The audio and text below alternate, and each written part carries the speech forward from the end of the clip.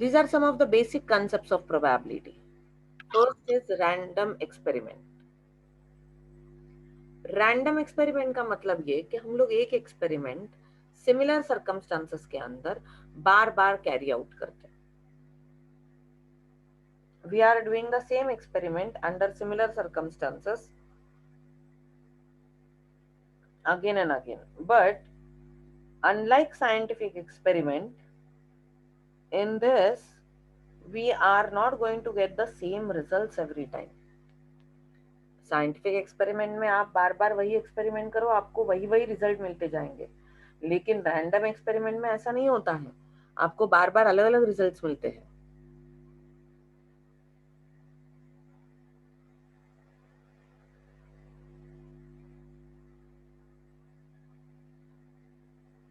आप अलग अलग आप बार बार एक्सपेरिमेंट करो, आपको अलग अलग रिजल्ट मिलते जाएंगे.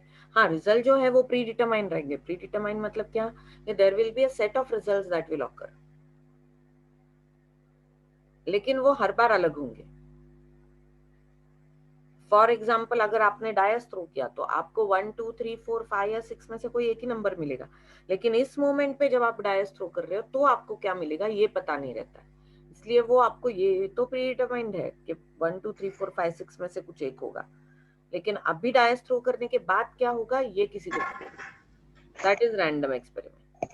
तो इसी सारे रिजल्ट को जब हम लोग एक सेट में डाल देते हैं तो हम लोग उसको क्या बोलते हैं, सॉल्यूशन सेट या सैंपल सेट. तो ये सारे रिजल्ट को एक सेट में अगर हम लोगों ने डाल दिया तो we call it as sample set या सॉल्यूशन सेट.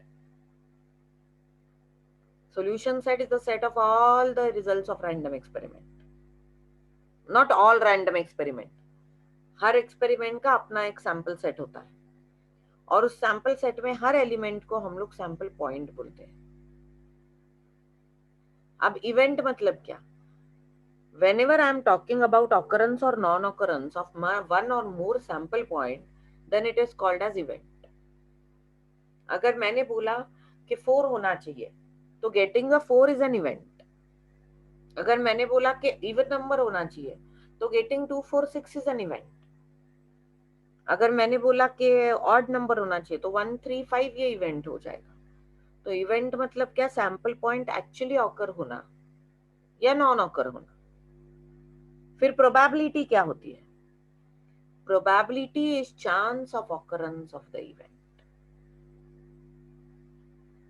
कितना चांस है कि अब जब मैं एक्सपेरिमेंट परफॉर्म करूं तो मेरा पर्टिकुलर इवेंट जो मैंने डिफाइन किया है वो एक्चुअली होगा. This is probability.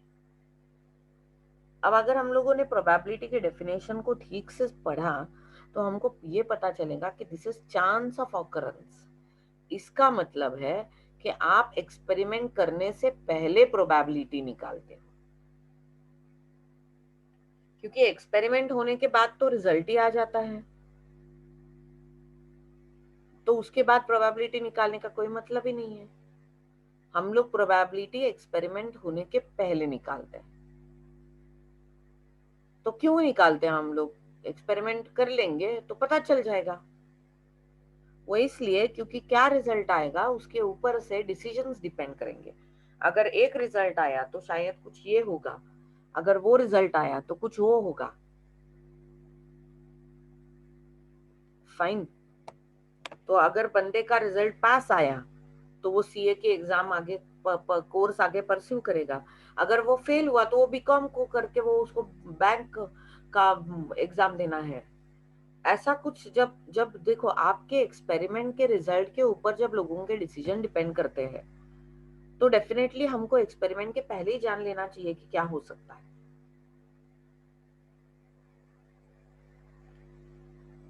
अगर मेरे एक्सपेरिमेंट के रिजल्ट के ऊपर कुछ भी डिपेंड नहीं करता तो प्रोबेबिलिटी वैसे ही निकालने की जरूरत नहीं है, तो हम लोग रुक जाएंगे एक्सपेरिमेंट होने तक. लेकिन जैसे देखो एकदम सिंपल सी बात है, even though it is not legal in India, but see the matches are played.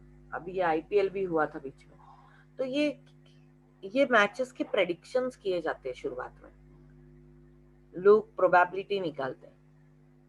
और उसके ऊपर से सट्टा लगता है, गैम्बलिंग होता है उसके ऊपर। और वो कैसे होता है? चलो सपोज इंडिया इंग्लैंड की मैच चल रही है, तो वो सट्टा कैसे लगेगा कि अगर इंग्लैंड जीत गया तो इतने पैसे मिलेंगे, तो अगर नहीं जीता तो नहीं मिलेंगे या फिर देने पड़ेंगे। तो सपोज मैंने और किसी एक बच्चे ने अपने क्लास के,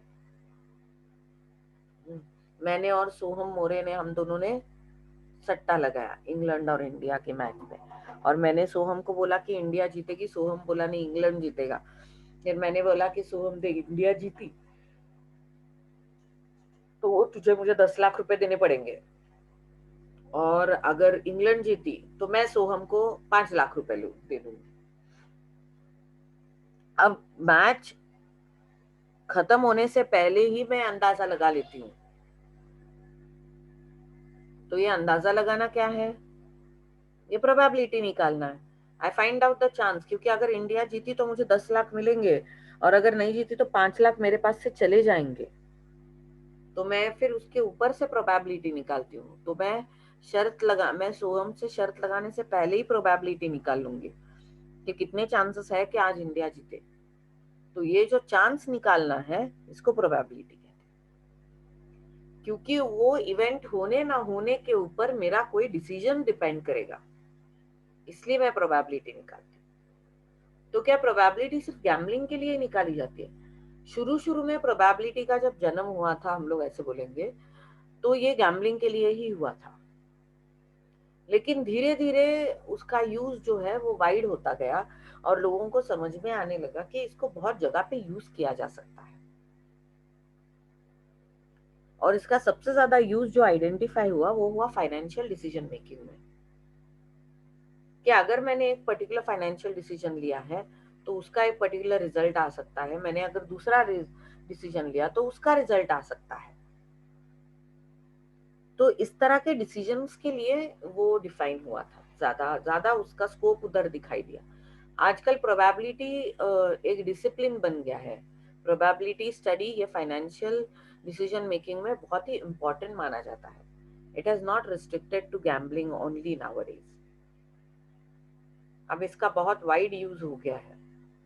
लेकिन हाँ, ये तो सच है कि प्रोबेबिलिटी निकाली कब जाती है? बिफोर द इवेंट और before you do the experiment. So probability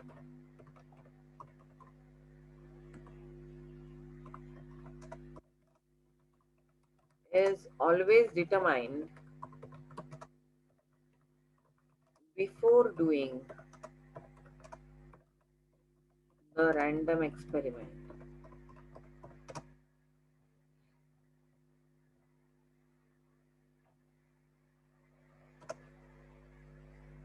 after doing तो कोई मतलब ही नहीं है।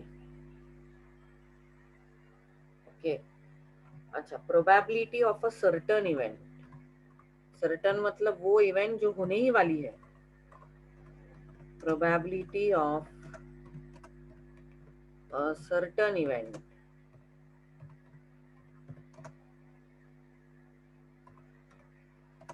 इज 1। जी इव्हेंट होणारच आहे त्याची प्रोबॅबिलिटी काय आहे? 1। वन। जी इव्हेंट कधीच होणार नाही म्हणजे काय? Probability of impossible event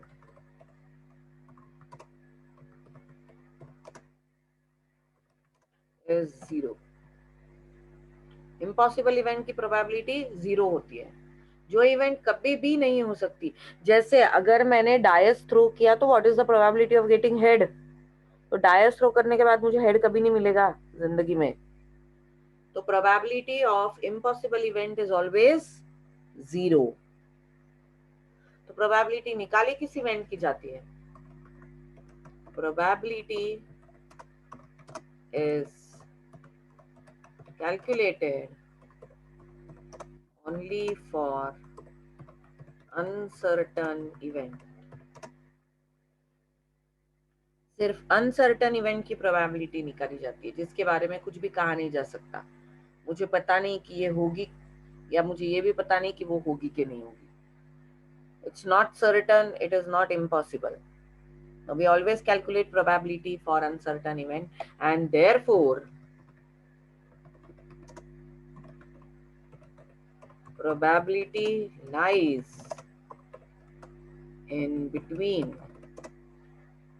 0 and 1, क्योंकि इम्पॉसिबल इवेंट की 0 है, सर्टन इवेंट की 1 है, तो अनसर्टन इवेंट की प्रोबेबिलिटी हमेशा 0 या 1 के बीच में होती है। ना ये कभी 0 से कम होती है, ना ये कभी 1 से ज्यादा होती है। अनसर्टन इवेंट की ही प्रोबेबिलिटी निकाली जाती है, और वो प्रोबेबिलिटी की वैल्यू जो होती है वो हमेशा 0 और 1 के बीच में रहेगी। वो कभी कम नहीं होगी, वो कभी ज्यादा नहीं होगी।